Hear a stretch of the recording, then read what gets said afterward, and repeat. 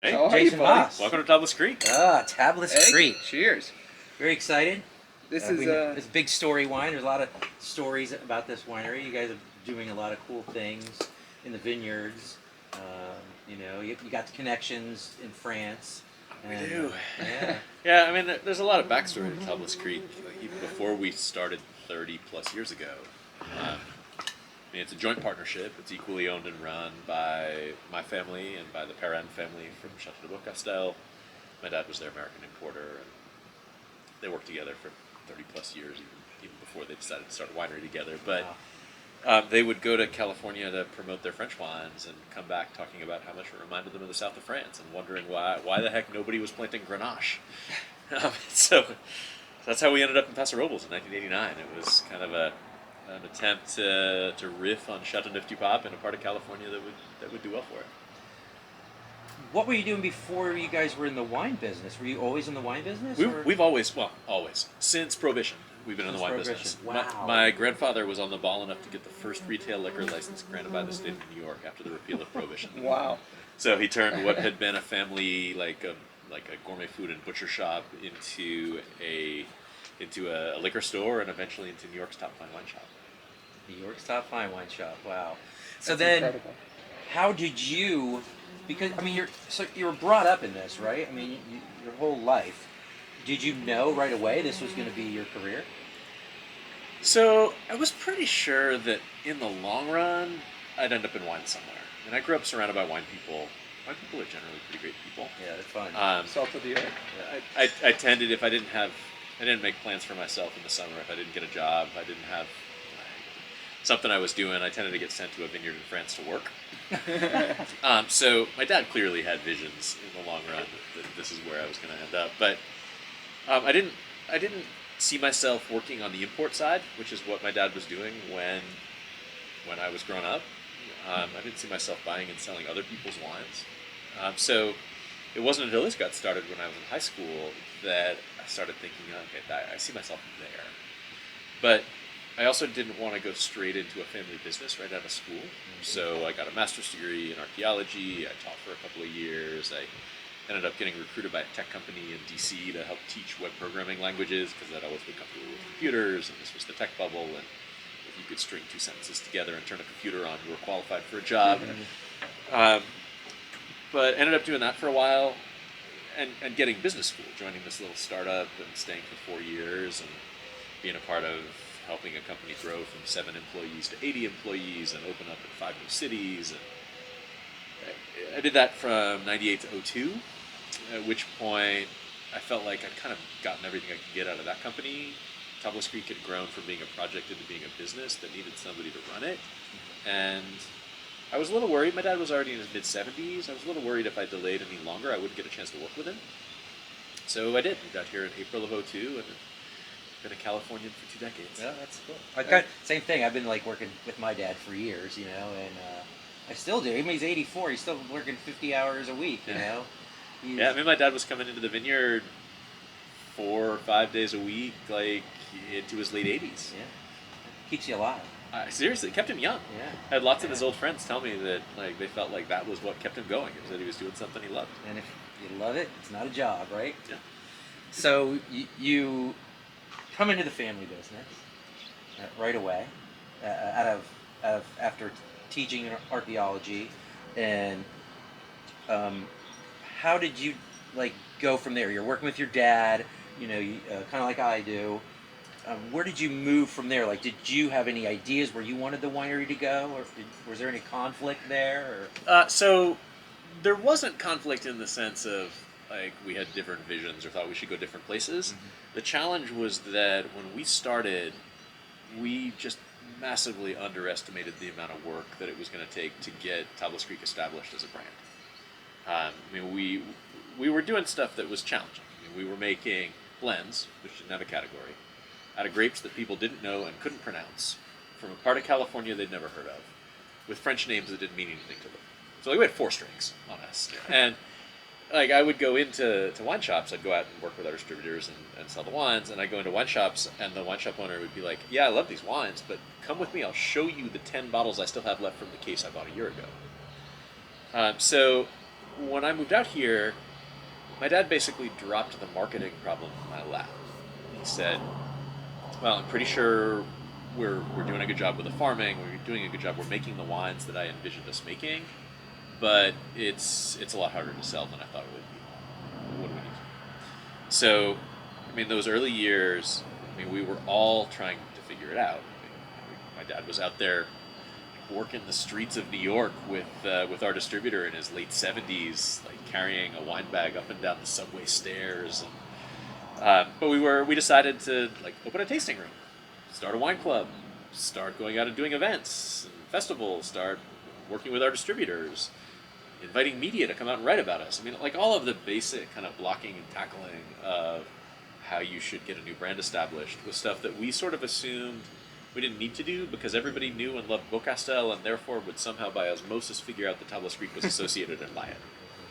So the year that I moved out here in '02, we made 12,000 cases of wine and sold 4,000 cases of wine. Now clearly that doesn't, when the math doesn't work. And so that was sort of the writing was on the wall. Like we've got maybe 2 years to figure this out before we just kind of get crushed under our own back inventory. So we were throwing everything we could think of at the wall to see what stuck in those early years, and we gradually pulled ourselves even. By '05, we were making and selling like 15,000 cases of wine each, and then a few years later, you get to '09, we were selling 20,000 cases of wine, and after 3 years of drought, we were only making 12. That also doesn't work. Wow. But it's sort of these pieces, like thinking of Tablas Creek as a business that my dad, he was sort of over. Like he built up and run, sold 2 businesses already. Like he wanted to drive the forklift in the cellar. He wanted to sit around the blending table and taste the wines and put things together. He wasn't as interested at this point in his career in like having annual meetings with all of our distributors and trying to set goals and lay out incentive plans and set up the meetings with writers and then the people who have the potential to go out and tell your story for you. So so that landed on me. I got to figure that out. You get to do all that. So in the early days, what the hell made him think about Rhone varietals? I mean, that was from a place, like you said, that no one knows about at that point in time with varietals they can't even pronounce. Where did that come from? So it basically came out of his friendship with the Perrin family. I mean, he'd worked with them since the late 60s. He made his name in his early days as an importer working with wines from Burgundy and Bordeaux. He was the exclusive American importer for Chateau Lafite and for Petrus in the 60s and early 70s. He was the incredible stable of Burgundies that Vineyard Brand still imports, the Gouges and the Sauzes and the Mongeards and the Girardins and all of them. Those are relationships that he had back into the 1950s. But he got convinced in the late 60s that the future of wine importing was not carving up Burgundy and Bordeaux finer and finer. It was finding regions that were making great wines, offering good value, and were a little less well known in the United States, and then trying to find a producer from those regions whose wines he could use to help introduce the whole region to the U.S. market. So that was how we ended up in the cellars of Jacques Perrin in 1966, and managed to convince Jacques not just to appoint him the American importer of Beaucastel, but also to agree to lend him his 2 sons to travel around with him and introduce Americans not just to Beaucastel, but Châteauneuf-du-Pape and the Rhone more generally. And they would make 2 or 3 or 4 trips a year to different parts of the U.S. California was an important part of those trips because it's a huge wine market. Of course. And my dad at that time was representing some of the first generation of Napa and Sonoma wineries to the national scene, like Kistler, Phelps, Ridge, Chapelet, Spring Mountain, Clos de Val. He helped launch Sonoma-Cutrer in the 80s. And so whenever the Perrins and he were together in San Francisco, they would drive up to wine country for a day and taste wines, and talk about what they found. And what they mostly found was, like, this would be a great place to grow grenache. Why is nobody growing grenache? It's brilliant. It's brilliant. And we've said it on this trip countless amount of times. Paso is the perfect region for so many different varietals, and Grenache grows here specifically. I mean, there's other areas of Paso where obviously it's being grown, but in this little beautiful cutout here, this is great. I mean, this really is Rhone varietal mecca. It's Rhone heaven. Right. Yeah. So thinking about that far in the future of what this could be, I mean, that's generationally. I mean, you're thinking this is going to be something for my kids' kids, my great grandkids. It's a brilliant way to think, and obviously it's been successful. It's that reminds me very much of one of the early years I was out here. I was walking out into the middle of the vineyard with my dad, and we had just planted another 10 acres or so that were down just behind where we're sitting. And he stood there for a little while. And he sort of waved at the vineyard. He's like, like, I didn't plant this for me. Like, I'm not going to be around when this is producing great stuff. Honestly, like, I wasn't even really thinking of you, but this is going to be amazing for your kids. Oh yeah. So, like, he was clearly thinking generationally. He was thinking about creating something that was going to have a lasting impact and have the potential to define a category in California that was at that point kind of undefined. I think we've gotten a lot of that from a lot of winemakers and winery owners in Paso. It seems like the guys who've been here for a while have really carved out a multi-generational plan, and also a plan to cherish Mother Nature and give back to the planet in the way of grape growing with any biodynamic Regenerative farming, Yeah. and I know you guys do that. Yeah, we've been organic since we started. Beaucastel's been fully organic since the 1960s. But we got our own organic certification back in 2003. We've been biodynamic for most of the last decade, and we were the first winery in the world to get the new regenerative organic certification last year. Wow. And I mean, I think these sorts of farming, this sort of farming is incredibly well suited for grapevines in general. I mean, grapevines live like a human lifespan. So the investments that you make in any 1 year or any couple of years, you have a long time to enjoy the benefits of that. And also, because they've got really deep root systems, it takes a while for the things you're doing at the surface to work their way down to where the roots are. So I think it's the kind of a crop that is a good one to practice these sorts of farming on. But it also, because you're generally working with a vineyard for generations, it's in your interest to take good care of it. So, do you have kids? I do. You do. 2 boys, 2 boys. 16 and 14. Are they out here? If you were out here this day, next week, we would have pulled them out of school. We're going to be pulling them out of school a couple of days going forwards to give them some days working during harvest. Nobody at the school district's going to hear this, right? No, no. I don't know. But do they love it? I mean, are they into because we retail wine retailers for years and years and years. I have 2 boys. It's not their gig, and it's always interesting. It's always interesting to see if they'll come back to it, But do they? Is it too early to tell? It's too early to tell. Too early to tell. I mean, they're interested in it in the sense that, they're interested in how things grow. They're interested in, the chemistry behind things like fermentation. That's a good start. It's a start. Yeah, it's a really start. good one. But, I can't start, even get them yeah. to really taste wine. I would love it if be like, this is an amazing wine, you should try it. They're like, nah, it just smells like wine. It just smells like wine. Okay, fine.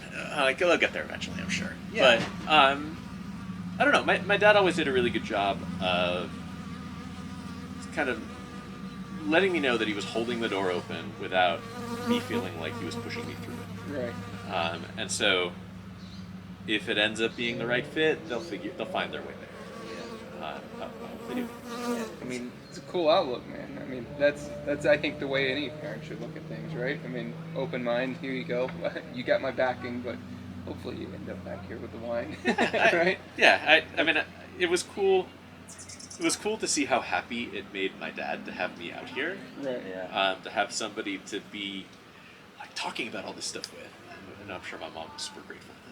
somebody else to talk about all this with. Well, But it's cool to like geek out with someone about it, and I mean, I can't even imagine geeking out with your kid. I got a 4-year-old, and she'll tell you what Chardonnay pairs with. She's fun. I'm hoping that she finds herself in the wine world. It's been great to me, but again, going back to really driving Paso and early adapters to it, that must be trippy to think about. I mean, right now Paso's exploding, right? It's in our market. I mean, probably the last couple of years maybe, but Oh, for big time. for people like us, we've been preaching the gospel of Paso for years. I mean, this is kind of the perfect setup. Thank the you, by the climate way. is great. People are going to get bored because I'm going to say, Paso has terroir. Paso has its own sense of place. You taste it in the wines. And, So many different soil compositions, and you're growing everything out here. It is the Wild West. People can plant what they want and see if it works, and if it doesn't, then we'll try something else, right? So you have the ability to explore and try things, and some of those things end up awesome. And you have to think, like, you guys are at the forefront of that. I mean, thinking generationally, look how people look back at Robert Mondavi and what he did for, Napa. That's kind of cool to be at the forefront of Paso. I mean, to me, that's something cool to geek out about. I mean, we looked. Well, I say we. I was in high school. I was not doing that. We as families looked for 4 years before settling on Paso. We didn't come into this with land here. We came into this with an idea that we wanted a particular kind of soils, a particular kind of climate, and enough rainfall to farm without having to irrigate. And looked up and down California to see where we could find those three things. And this was the only spot that satisfied all three of them. The soils, and you can see it, all these rocks that are lining everything, these are all limestone bits that we pulled out of the vineyard as we were getting ready to plant. That's common in a lot of the great wine growing regions in Europe, but it's rare in California. It's only found in this little sliver of the Central Coast and only within about 20 miles of the ocean. So when you get up to Napa or Sonoma, they've got different soils. They don't have these old seabed, these white chalky soils. But that's what they have in Burgundy. That's what they have in Champagne. Yeah. That's what they have in Alsace. That's what they have in Châteauneuf-du-Pape. So that was a big thing that drew us to the Central Coast. And then the climate, and that's why so many grapes do well here, is that you've got this incredibly long growing season with a really big swing in temperature between the daytime high and the nighttime low. And that What is means your diurnal here? 45 degrees on average. That's unbelievable. It's crazy. How do you nuts. keep up with it? Layers. Layers. I mean, there are times of year where it's too hot to eat lunch outside and too cold to eat dinner outside on the same day. Because the breeze kicks up and it's like 60 and windy in the evening after being 90 and scorching hot during the middle of the day. And then in the middle of that night, it might be 55. And funny, because the last couple of days we've been here, this time of night's been pretty breezy the last 3 days, right? And right now it's pretty quiet. Yeah, this is one of the... So basically the way the weather patterns usually work here is that you have a front that comes through, and that produces kind of morning fog and cool evenings and a sea breeze. And then it gets a couple of degrees warmer each day, until you get to a high pressure system, which is what's settling in tomorrow. And that kind of makes it still. Those are the days where it really heats up, like it might get up into the mid to upper 90s tomorrow. And then there's supposed to be another front that comes through on Wednesday, and that's going to cool it back down into the 70s, and it'll gradually build up from there. But that kind of flow of a few days where it's hotter, and then it cools off. A few days where it's hotter, and then it cools off is totally normal for the harvest season. Do you worry about this heat?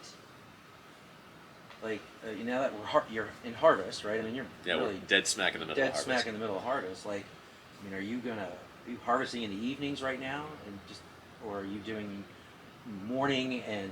No, we don't harvest in evenings. We will either, if it's whites, we'll usually do a very early morning harvest, like starting with lights at 2:30 or 3 in the morning, and then going until like 10 or 10:30 or 11.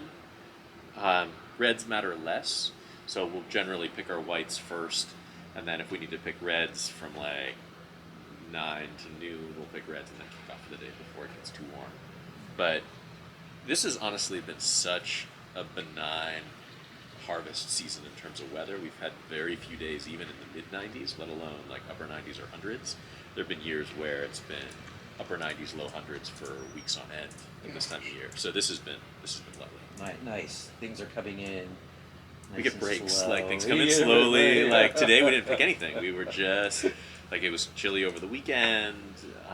Things moved, but not too much. Like it gave us a chance to do this extensive sampling today. We pick a couple things we're going to pick tomorrow. We know there's more coming Wednesday, but this is what you hope for during harvest. You hope for these kind of brief warm-ups to push the grapes along, and then it cools off again and things slow down and you can catch up.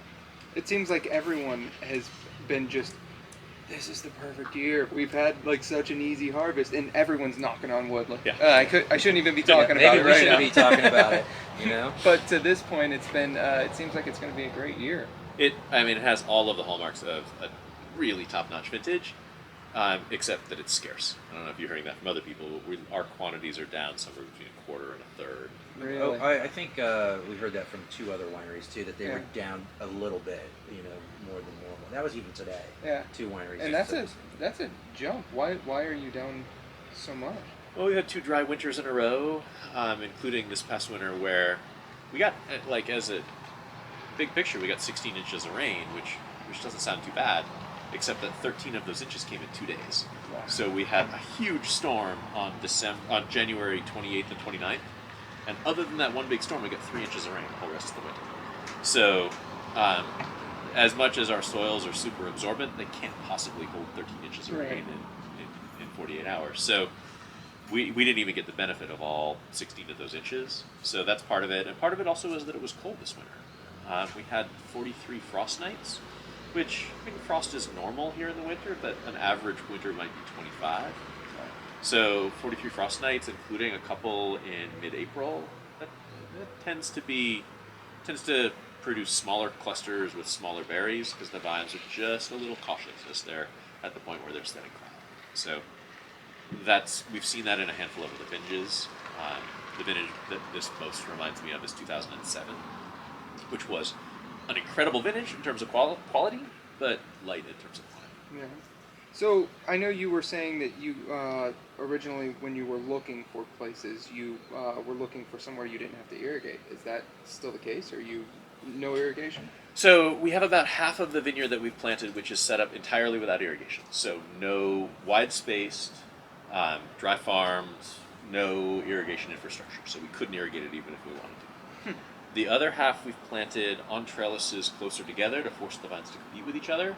And those we run irrigation lines, Right. but we irrigate them in a way that over the long run weans them off of that irrigation. So instead of irrigating a little bit every 2 weeks, we'll irrigate once or twice a summer, but deeply, so that Right. it saturates not just the topsoil, but gets down into the deeper layers and then dries out from the top down and discourages the roots from growing at the surface. So over a decade of farming like that, you can wean those blocks off of irrigation.